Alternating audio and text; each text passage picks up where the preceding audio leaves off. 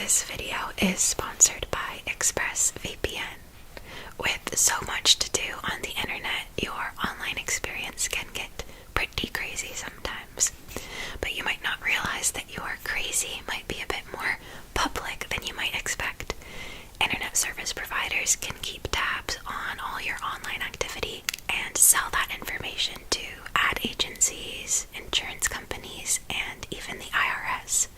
That's where a VPN comes in, a virtual private network. It works as a secret tunnel for all your online activities, rerouting and encrypting all your data before your internet service provider even gets a chance to take a peek.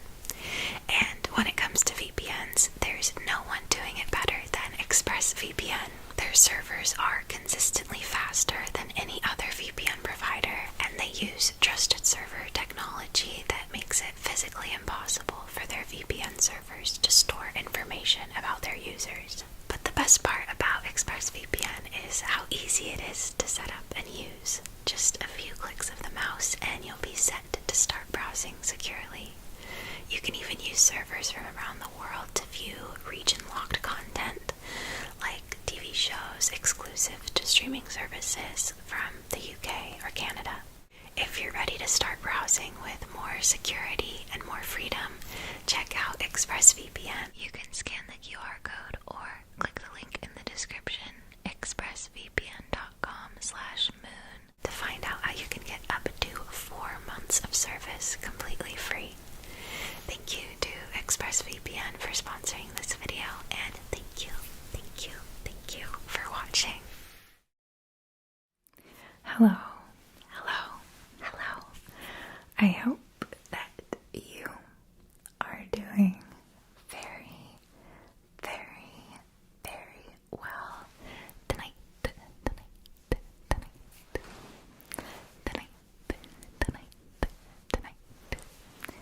Tonight we are going to be doing a book tapping and tracing and scratching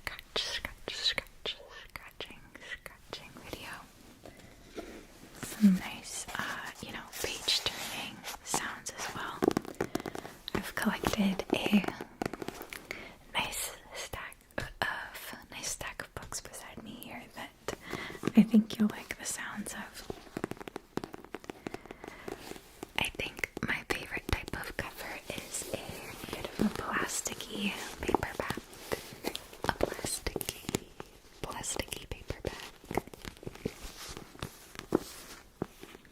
Almost like a magazine sort of material, but a bit thicker than that.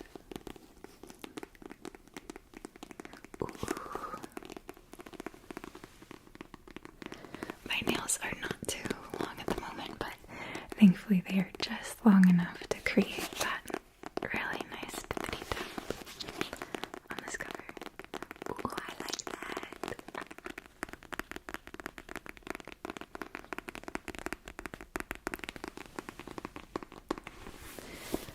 So this is Diana Wynne Jones's novel,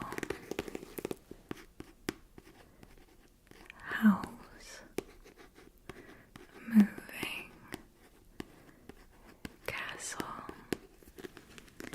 I think it's so fun to see how different the art on the cover of this looks than, the visuals from the Ghibli film. Look at this castle up in the clouds. The scarecrow that seems to be not doing his job very well because this girl is not even the least bit frightened. And then there's little old Sophie hobbling along, heading out into the hills. Oh, and look at Calcifer, he looks so scary. I'm so glad he doesn't look like that in the movie. Look at his teeth. He does look very cool. He looks very spirit-like. He looks, like an ancient, goblin-y, mischievous spirit. So, it makes sense, but I prefer the cutesy little flame for sure. In which which a witch bewitched the Hatter's daughter, and then some. Sophie lived in the town of Market Chipping, which was in Ingery, a land in which anything could happen, and often did, especially when the Witch of the Waste got her dander up. I don't know what that means. Gets her dander up. I guess it means gets going. I'm gonna start using that. You better watch out. You guys are all underestimating me, but before you know it, I'm gonna get my dander up. As her younger sisters set out to seek their fortunes, Sophie stayed in her father's hat shop, which proved most unadventurous, until the Witch of the Waste came in to buy a bonnet, but was not pleased, which is why she turned Sophie into an old lady, which was spiteful witchery. Now Sophie must seek her own fortune, which means striking a bargain with the lecherous wizard Howl, not the lecherous. Striking a bargain with the where's my hug at wizard Howl, which means entering his ever-moving castle, taming a blue fire dragon, and meeting the Witch of the Waste head on, which was more than Sophie bargained for. I love that description. That makes me want to read it all over again. Okay, so I would love if you would let me know after hearing out all of the tapping on all of the books. You've got to let me know which book makes your favorite sound. Which cover suits your fancy the best.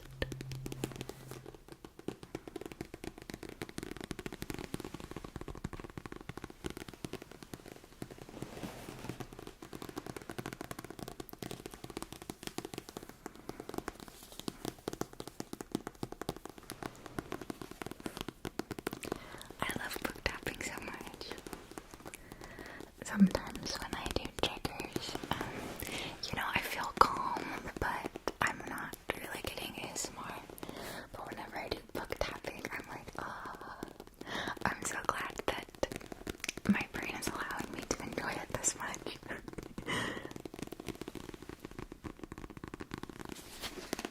It's just so good. It's just so good. It's probably my favorite. It's probably my favorite trigger. The one that is most reliably tingly for me.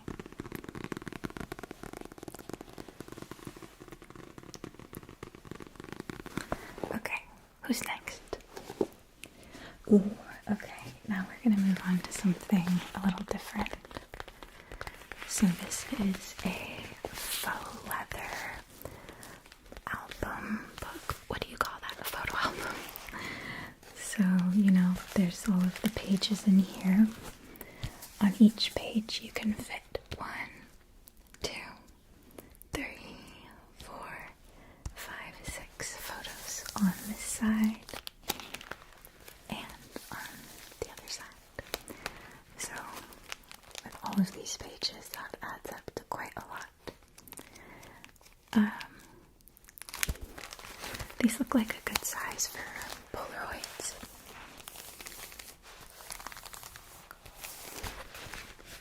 I really like the sound of this fake leather, as well as the texture of this floral pattern. Isn't that lovely?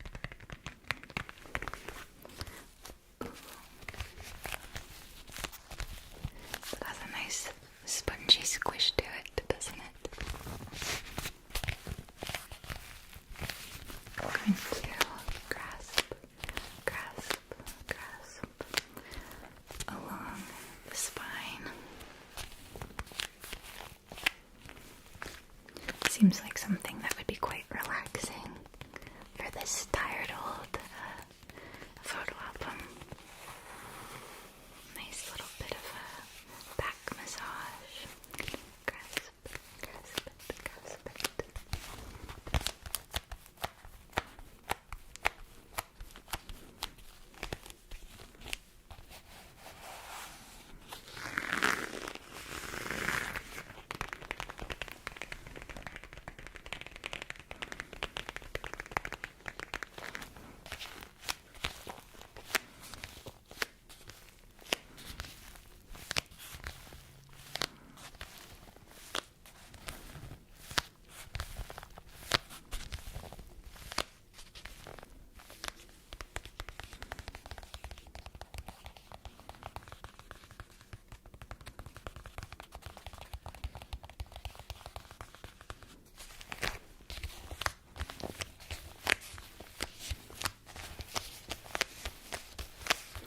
Okay, so that was candidate number 2.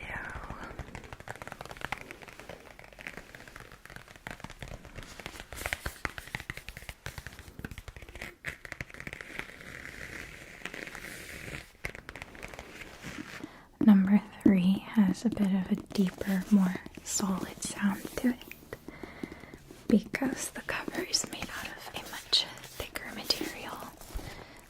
It's like more board-like than paper or leather-like. So this is the Blue Fairy book.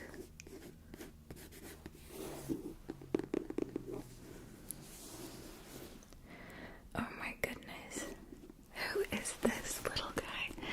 I think, given the context of the rose, that is supposed to be the Beast from Beauty and the Beast. But oh my goodness, he looks so much more critter-like than, the Beast that we are familiar with. He's got like goat legs and just a very goblin-y face, very goblin-y in the face. Then we have the magic lantern.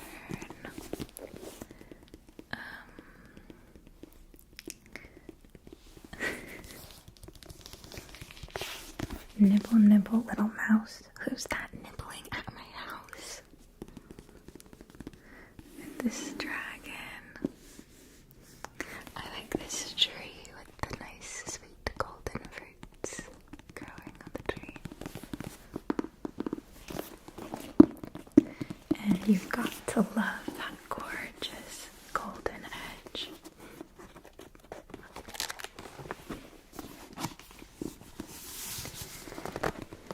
And on the inside cover, it's gold as well, with a pattern of lots and lots and lots of blue crowns and swords. Crowns and swords and crowns and swords and crowns and swords.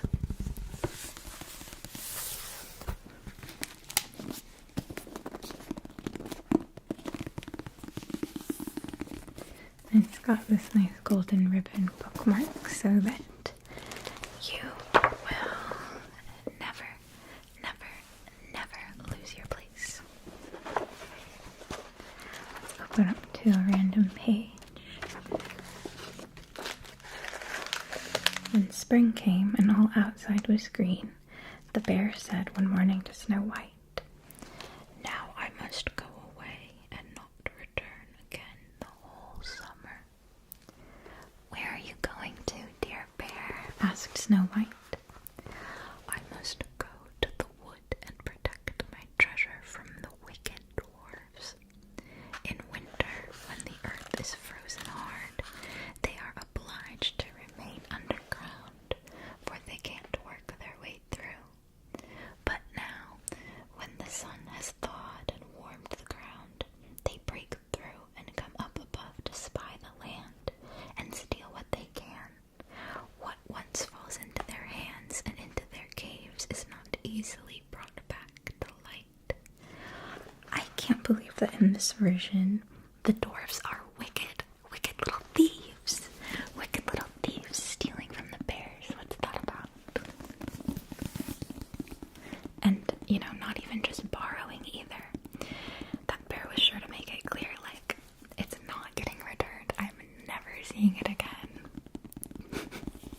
boys biz.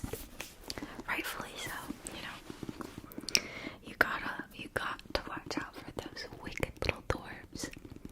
Those wicked little dwarves and their sticky little fingers. When the warmth of the sun begins to thaw the earth. I've been saying that.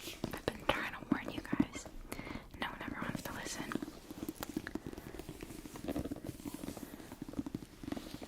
Okay, so this is candidate number 3.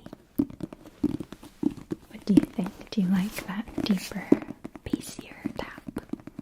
I don't. I like the clickety-tippy taps better. Next is, oh my gosh, one of my favorite children's books. I can't say it's my first favorite because I feel like legally obligated to say that my favorite would be Goodnight Moon, but maybe actually it's this one. This one is Peter in Blueberry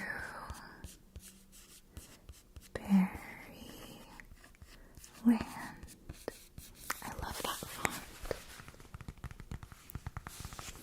And here is an illustration of Peter in Blueberry Land with the Blueberry Boys in the, mouse-drawn carriage.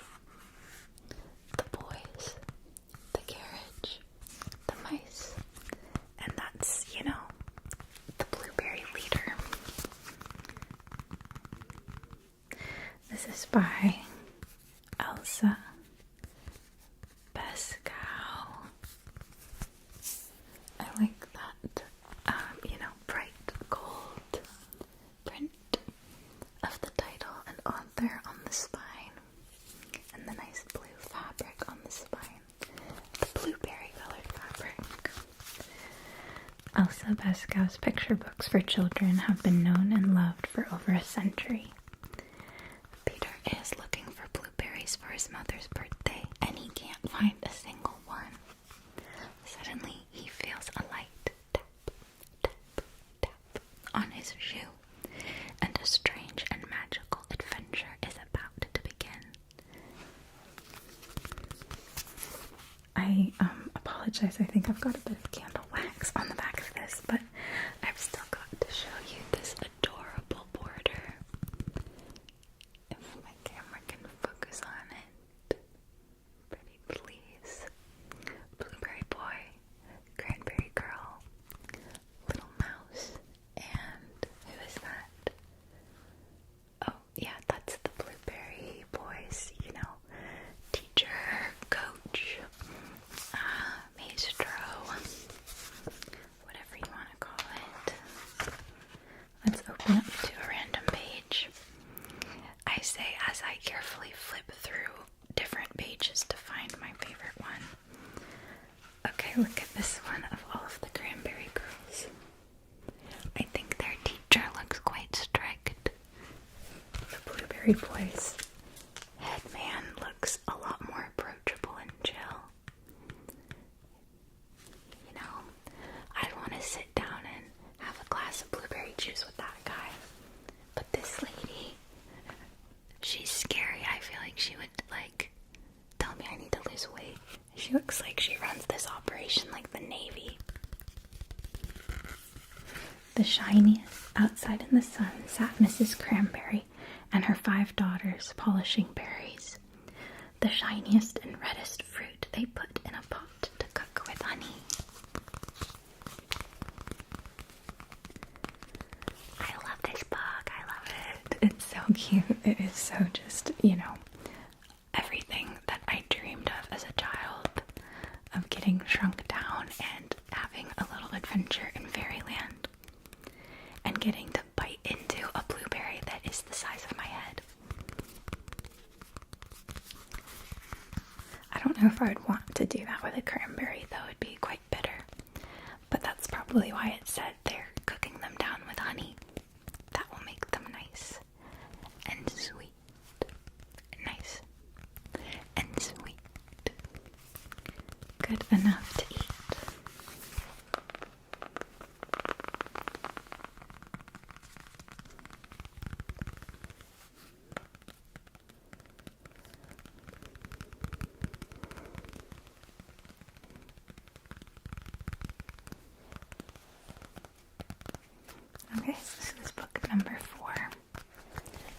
book number 5, we have a classic.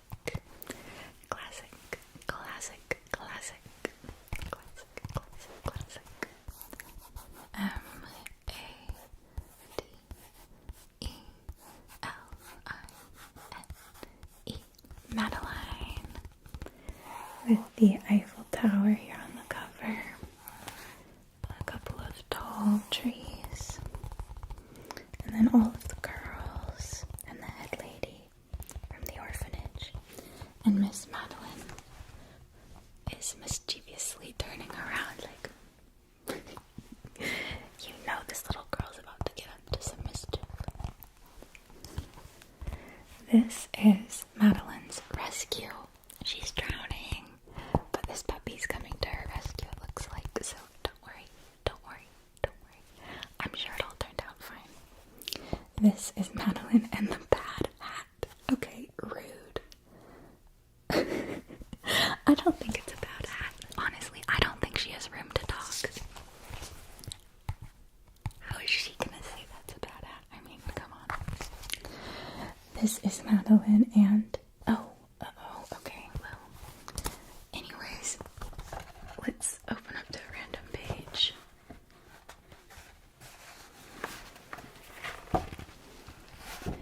She loved winter, snow, and ice. To the tiger in the zoo, Madeline just said, "Boo, boo." She's such a brave little lady.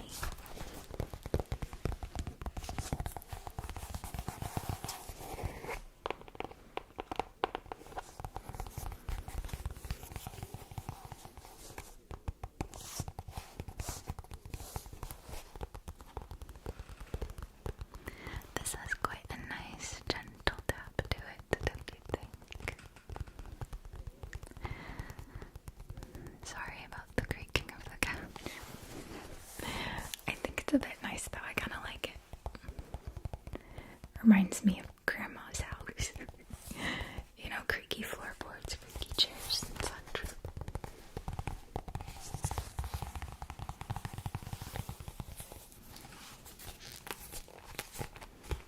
Grasp it.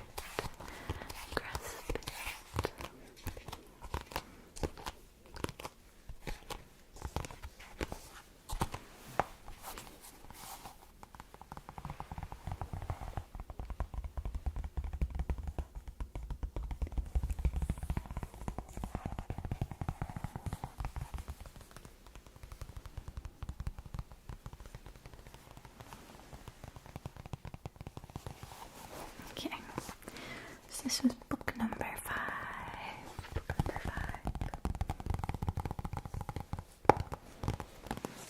For book number 6, we have the absolute brick of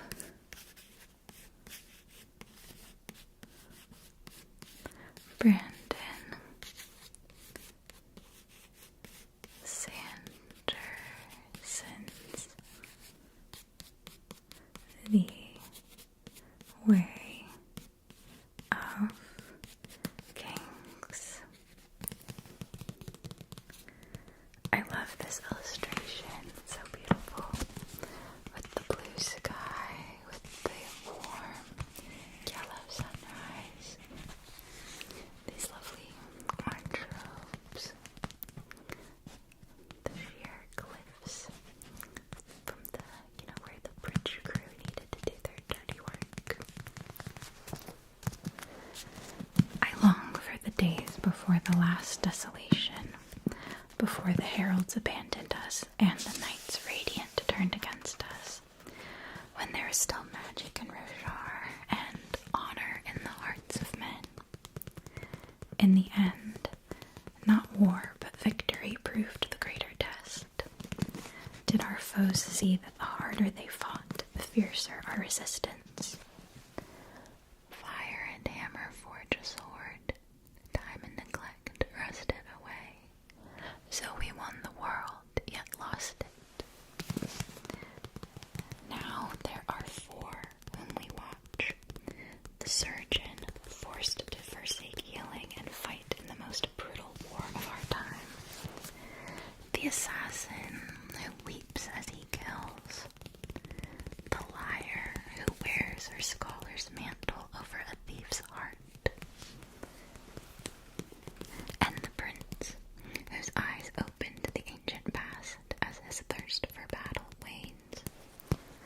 One of them may redeem us.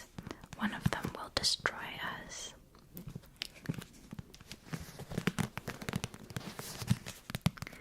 I've pulled this book out in so many different videos at this point, but I'll never stop.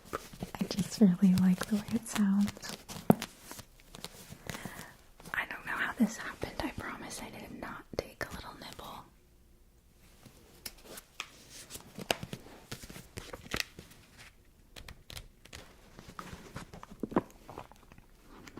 Okay. Let's see.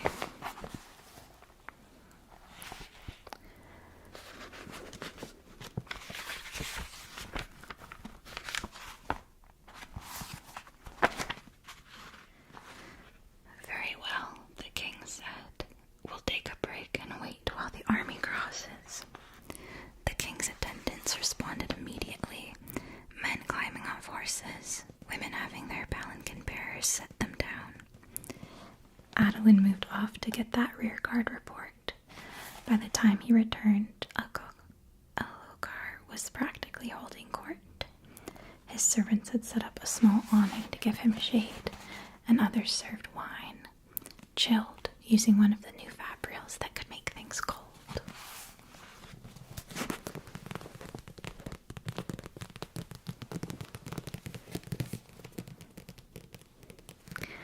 I hope that you like the sound of this one as much as I do.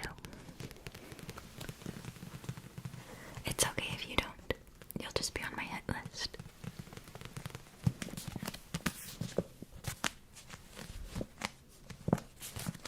Grasp it, grasp it, grasp it, grasp it.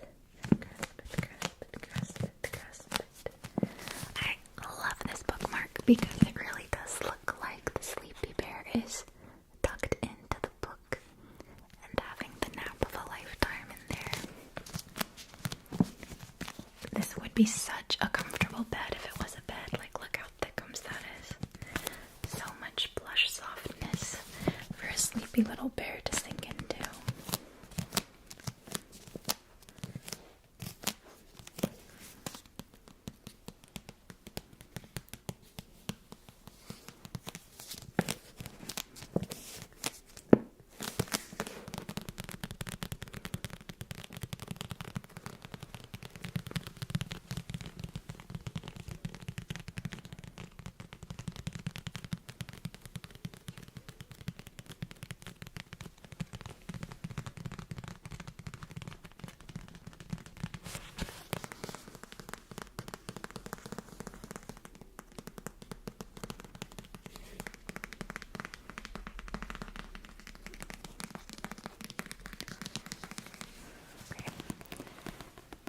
This is the Camper's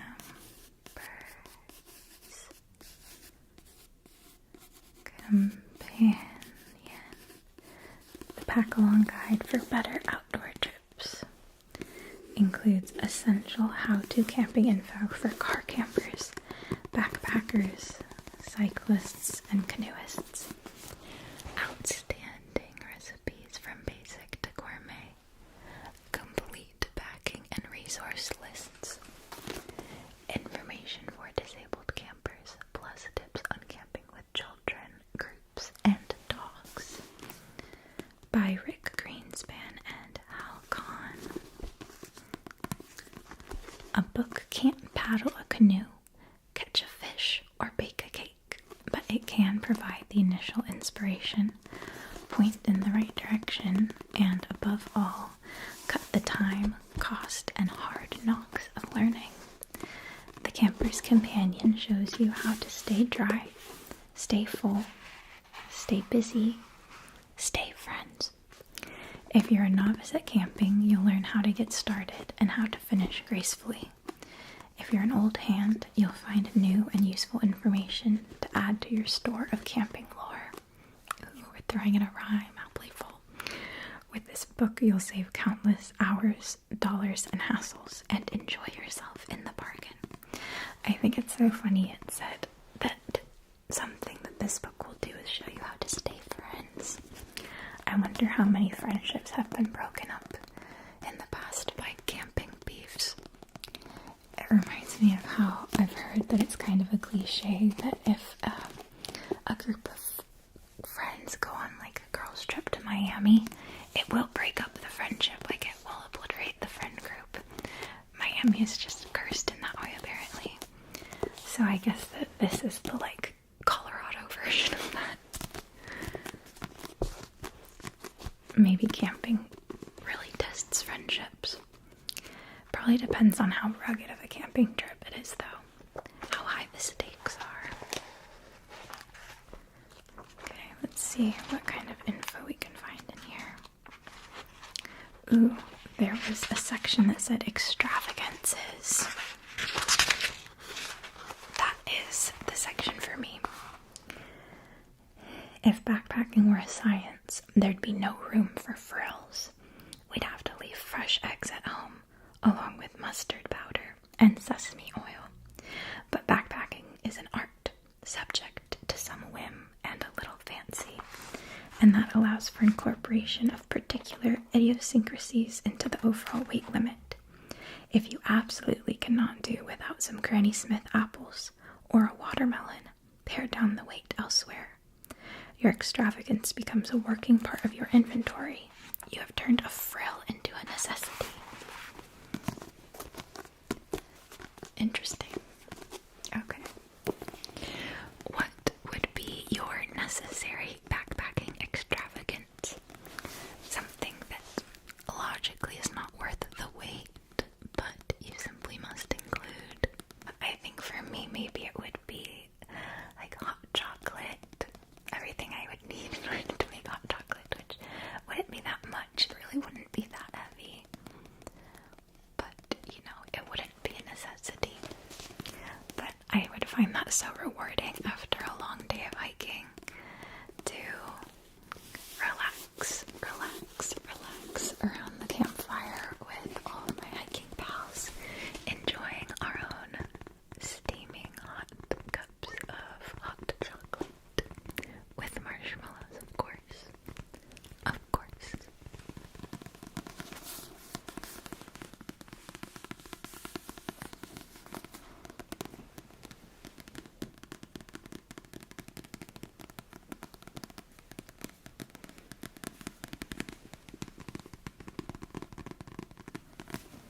Okay, I think that is going to do it for this little book sounds video. I hope that you enjoyed very much. I thoroughly enjoyed making this video. I was getting a good amount of tingles, so